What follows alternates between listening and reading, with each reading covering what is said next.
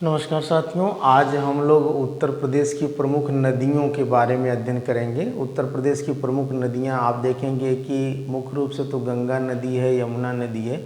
अब गंगा नदी कहां से निकलती? गंगा नदी जो है उत्तराखंड के गंगोत्री से निकलती है। हालांकि उत्तराखंड में गंगा नदी को भागीरथी नदी कहते हैं, लेकिन ये अलकनंदा और भागीरथी नदी दोनों दो देवप्रयाग स्थान पे जहाँ मिल जाती हैं, वहाँ से जो है गंगा नदी का रूप हो जाता है। और फिर उसी गंगा नदी से जो है कि सहायक नदी है एक यमुना नदी। यमुना नदी भी उत्तराखंड से निकलती है, बंदरपूछ नामक पहाड़ियों से, और निकल करके आपके प्रयागराज, जिसका पहले नाम इलाहाबाद था, वहाँ आकर के मिल जाती है। और वहीं से फिर जो है एक तीसरी नदी जो विलुप्त नदी का रूप लेती है, सरस्वती नदी। इसीलिए गंगा यमुना सरस्वती संगम स्थान माना गया है, जहाँ पे कुंभ लगते हैं, कुंभ। तो इस तरीके से और आपकी नदियों को अगर देखेंगे उत्तर प्रदेश की, तो 3 भागों में बांट करके हम लोग अध्ययन करेंगे। पहला हिमालयी नदियाँ, दूसरी प्रायद्वीपीय नदियाँ, और तीसरी दलदली या मैदानी नदियाँ।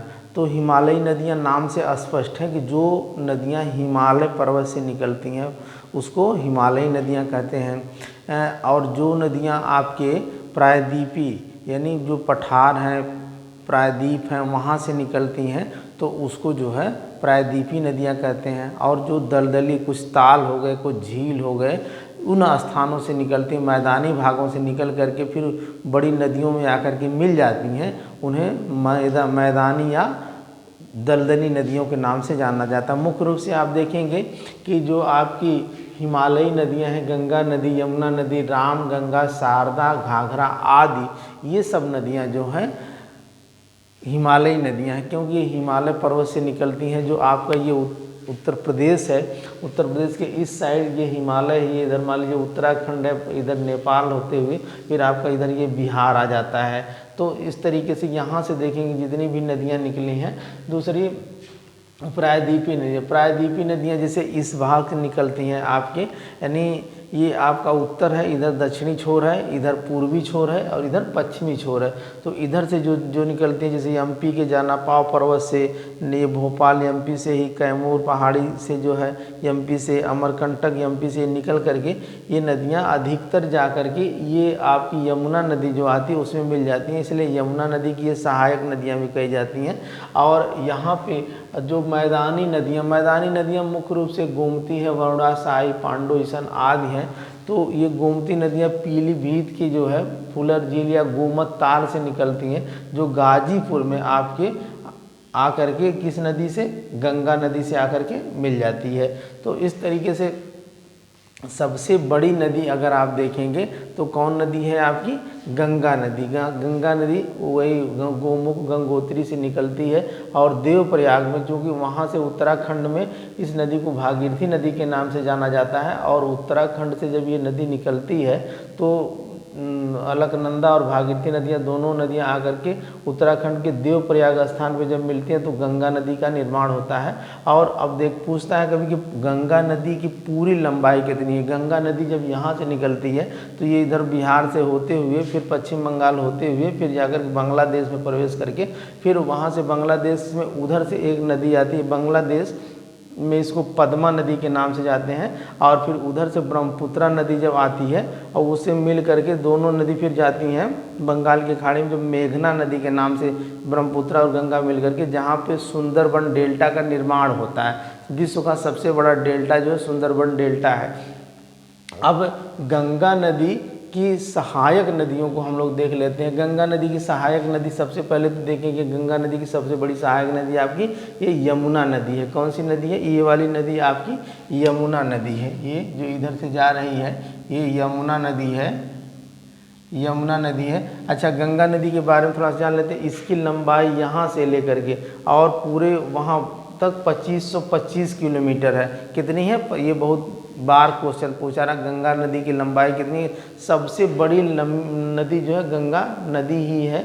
और चूँकि ये हमारे 5 राज्यों से होकर के प्रवेश करती है भारत में, और गंगा नदी है, और इसकी लंबाई जो है भारत में 2021 किलोमीटर है। कितनी है, यानी फिर बांग्लादेश में ही चली जाती है। तो पूरी यहाँ से यहाँ तक देखेंगे लास्ट तक तो 2525 और केवल भारत में 2021 किलोमीटर। अब पूछेगा उत्तर प्रदेश में कितनी लंबाई है। उत्तर प्रदेश में इसकी लंबाई है, यानी उत्तर प्रदेश में अगर पूछेगा कि पूरी लंबाई गंगा की पूरी लंबाई गंगा की, यहाँ लिख देते हैं गंगा की पूरी लंबाई 2525 किलोमीटर। और ये पूरी फिर पूछेगा कि केवल भारत में कितनी है, भारत में तो 2021 किलोमीटर। और पूछेगा कि उत्तर प्रदेश में 1450 किलोमीटर। वैसे तो हमारे इस तरीके से यहाँ से फिर आप देखेंगे गंगा नदी में कौन कौन सी नदियाँ जो सहायक नदियाँ हैं। इधर तो मान लीजिए इधर से निकल के गई है एक आपकी यमुना नदी, मैंने बता दिया पहले। फिर दूध टोली उत्तराखंड से निकलती है, कौन सी नदी, रामगंगा नदी। रामगंगा कहाँ मिल जाती है, आगे हरदोई जिले में आकर के इसी मिल जाती है। हरदोई जिला यहाँ आकर के मिल जाती है और उत्तराखंड दूध टोली नामक पहाड़ी से निकलती है। फिर पीलीभीत एक नदी है, पीलीभीत नदी नहीं, गोमती नदी है, जिसमें राम जी जब रावण का वध करने के बाद मतलब जाकर के यहीं नहाए थे, ब्रह्म उनको वो लगा था, नहीं कहते हैं कि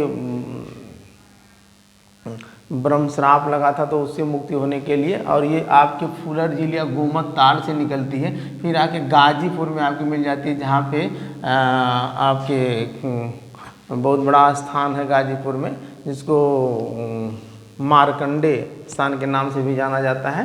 तो यहाँ पे जब ये जल अभिषेक वगैरह होता नहीं, कांवरिया जाते हैं, तो यहाँ से जल लेकर के फिर कहाँ जाते हैं, इस तरीके से ये आपकी गोमती नदी। फिर शारदा नदी उत्तराखंड से ही निकलती है और ये शारदा नदी घाघरा नदी में जाकर के मिल जाती है। घाघरा नदी आपके नेपाल से निकलती है और ये नेपाल से निकलते निकलते फिर आपके जाकर के कहाँ, आपके इधर वाला साइड बिहार है, ये बिहार है। बिहार में कहाँ जाकर के मिल जाती है, इस गंगा नदी से आपकी मिल जाती है छपरा में। कौन सी, आपकी घाघरा नदी। घाघरा नदी को ही जो है आपके अयोध्या में सरयू नदी कहते हैं। घाघरा नदी को, यानी इसको आप देख लेंगे, घाघरा को अयोध्या में, अयोध्या जो राम जी का जन्म स्थान है, भगवान राम का, अयोध्या में कौन सी नदी कहते हैं, सरयू नदी कहते हैं, सरयू नदी कहते हैं। ये भी आप याद रखेंगे। फिर वहीं से देखें ये उसी में ये शारदा नदी भी आकर मिल जाती है। फिर यहीं से एक राप्ती नदी नेपाल से निकलती है, जो आकर के घाघरा नदी में मिल जाती है। ये वाली नदियाँ इसकी हो गई। फिर हम लोग देख लेते हैं जो इधर से दक्षिणी साइड से जो यमुना नदी की सहायक नदियाँ हैं। यमुना नदी की सहायक नदियाँ चंबल नदी है। ये चंबल नदी निकलती है कहाँ से, जाना पावा पर्वत से, मध्य प्रदेश के, और ये जाकर के मिल जाती है इटावा में। ये इटावा आपका इटावा में मिल जाती है। मुलायम सिंह का ये मुख्य मतलब स्थान है, पैतृक स्थान इटावा से है, वहाँ से। और इसके बाद भोपाल कि वो सतपुड़ा पर्वत से मतलब ये निकलती है बेतवा नदी। बेतवा नदी पर ही सांची का स्तूप सम्राट अशोक ने बनाया था, बौद्ध धर्म का जो सांची का स्तूप है, इसे भी आप याद रखेंगे। तो ये नदी जाती है कहाँ मिल जाती है, इसी यमुना नदी में हमीरपुर में जाकर के मिल जाती है। फिर केन नदी एक होती है जो कैमूर पहाड़ी से निकलती है, ये भी एमपी की कैमूर पहाड़ियों से निकलती है, जाकर के बांदा में मिल जाती है। कहाँ पे, इस यमुना नदी में। फिर एक नदी निकलती अमरकंटक से, अमरकंटक से ये नदी निकलती है और ये नदी आपके सोनभद्र में प्रवेश करती है। मतलब मिर्ज़ापुर और सोनभद्र दो ज़िले, ये देखें यहाँ पे ये सबसे नीचे सोनभद्र जिला और यह मिर्ज़ापुर जिला आपके उत्तर प्रदेश के केवल दो ज़िले में प्रवेश करके फिर ये निकलती हुई चली जाती है जाकर के पटना में। यहाँ बिहार पटना में जाकर के, ये पटना में जाकर के गंगा नदी से मिल जाती है। तो ये अब यहाँ थोड़ा सा देख लेंगे कि यूपी की सर्वाधिक लंबी नदी गंगा नदी है, जिसकी लंबाई 1450 मैंने पहले ही बता दिया है आप लोगों को। और गंगा नदी यूपी के 28 ज़िलों से होकर के जाती है, 28 ज़िलों से। अब देखेंगे कि आपका बनारस हो गंगा नदी के किनारे है, कानपुर गंगा नदी के किनारे, बहुत सारे ऐसे हैं जो गंगा नदी के किनारे 28 ज़िले मुख्य हैं। गंगा नदी यूपी के बिजनौर ज़िले में प्रवेश करती है। अब देखेंगे कि यहाँ पे बिजनौर ज़िला है और ये आपकी सहारनपुर यहाँ से प्रवेश करती है और बिजनौर ज़िले से प्रवेश करते करते करते करते जाके यहाँ ये बलिया वाले पूर्वी भाग में बलिया से बाहर निकल जाती है। ये भी क्वेश्चन आता है कि गंगा नदी उत्तर प्रदेश के किस ज़िले से प्रवेश करती है और किस ज़िले से वो बाहर चली जाती है। तो ये बलिया है, बलिया ज़िला है, बलिया ज़िला है और ये बिजनौर ज़िला है। तो यहाँ से ये प्रवेश करेगी। और यमुना नदी कहाँ से, ये उत्तराखंड की यहीं से निकलती है और उसके बाद जो है जाकर के आपके प्रयागराज, जहाँ पे जिसको पहले इलाहाबाद कहा जाता था, इलाहाबाद के नाम से इसको जाना जाता। अब जो है योगी जी ने इनका नाम प्रयागराज रख दिया। तो इलाहाबाद इलाही धर्म चलाए थे अकबर जी, तो इसी के नाम से इसका नाम इलाहाबाद पड़ा था। यहाँ कुंभ का मेला लगता है। और ये संगम है, क्या है, संगम है। और संगम का मतलब जहाँ कई नदियाँ आकर के मिलती थी, यहाँ 2 नदियाँ मिलती हैं और एक तीसरी नदियाँ का उत्पत्ति होता है, सरस्वती नदी का उत्पत्ति, सरस्वती नदी का उत्पत्ति होती है। क्योंकि गंगा का पानी थोड़ा सा मटमैला है, पीले कलर का है और यमुना का पानी एकदम साफ है, हरे रंग का है। तो जहाँ दोनों नदियाँ मिलती थी एक नया रंग उत्पन्न होता है। हालांकि सरस्वती नदी का कोई नदी कहीं है नहीं, लेकिन 2 नदियाँ जब मिलती हैं तो दोनों नदियों को पानी का जब मिलन होता है तो एक अलग कलर दिखाई देता है। तो वहीं पे लोग कहते हैं कि ये एक सरस्वती नदी। तो गंगा यमुना सरस्वती, एक गाना भी आया था, गंगा यमुना सरस्वती ये स्थान है, प्यार का स्थान है। जो भी इस तरीके से अमिताभ बच्चन की एक पिक्चर अभी आई थी। तो गंगा का कुल जल ग्रहण क्षेत्र 8.6 लाख वर्ग किलोमीटर, बहुत ज़्यादा ही क्षेत्र। वैसे अफवाह की दृष्टि से पूरे भारत की सबसे बड़ी नदी कौन सी नदी है, ये आपकी ब्रह्मपुत्रा नदी है। अब उसमें भारत की नदियों में मैंने पढ़ाया था जो बहुत कम ही केवल वहाँ से अरुणाचल प्रदेश से प्रवेश करके और फिर आती है आपके आसाम से, फिर वो धीरे से निकल आती है बांग्लादेश से होते हुए निकल आती है जो है बंगाल की खाड़ी में। तो गंगा नदी हमारे उत्तर प्रदेश की सबसे प्राणदायिनी नदी है। इसको जो है हम लोग पूज्य नदी के नाम से भी जानते हैं, देवी के रूप भी इसको जानते हैं। तो इस तरीके से इसे आप देख लेंगे और इसके लिए और सारी किताबों का भी आप अध्ययन करेंगे। यहाँ से भी जो आपके समझ में आएगा उसको अध्ययन करेंगे देख करके, और आप कंपटीशन की तैयारी हो या अपने नॉलेज के हिसाब से इसको आप तैयार कर लेंगे। आज के लिए इतना ही, धन्यवाद।